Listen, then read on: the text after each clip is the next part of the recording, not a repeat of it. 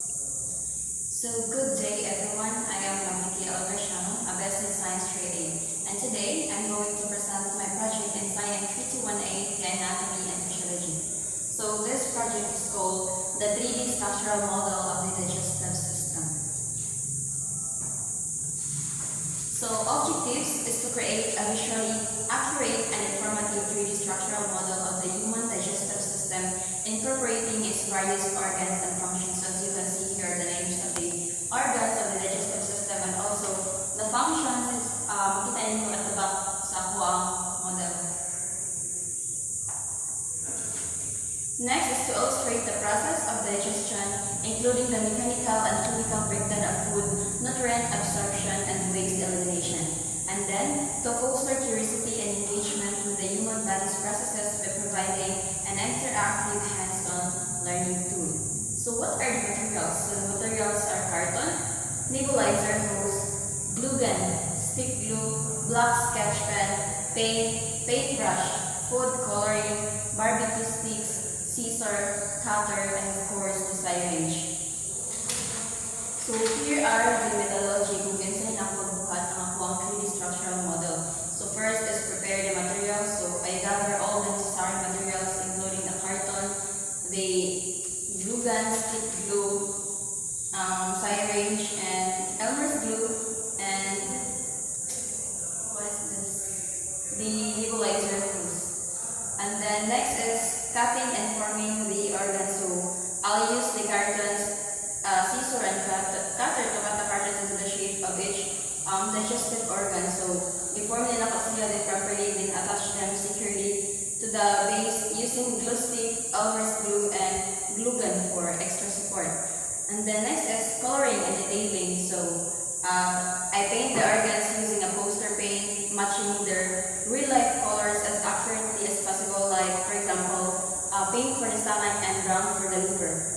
And then I will let the paint dry completely before continuing. Then next is assembling the flow system.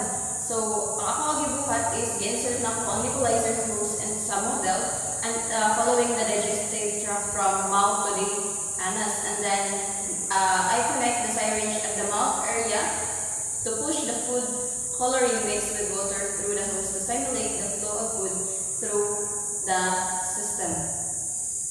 So this one. And inganaman na siya para flow ang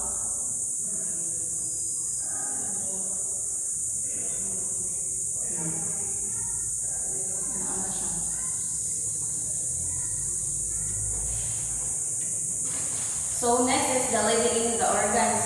So ang ako ang ibuhat is nag-write ko og name sa kada organs sa paper and then ako siya i-attach to sa kani barbecue stick. Then place the label stick beside the corresponding organs to clearly identify each part. So this one. So next is the final adjustment and testing. So pagkuha na ito is ako ang siya i-testingan if mo paano ba niyang syringe matawag ba siya flow tingnan sa hose. Then I'll make sure that the liquid flows smoothly. Then I will strengthen any loose parts and finishing touches and prepare the model for presentation along with an explanation of the digestive process. So what is the significance and usage of this 3D structural model? So the 3D structural model of the digestive system will represent the key organs involved in digestion, such as the mouth, esophagus, stomach, small intestine, large intestine, liver, and pancreas. So the model will be designed to show the path that food takes through the digestive tract from ingestion to nutrient absorption and waste elimination.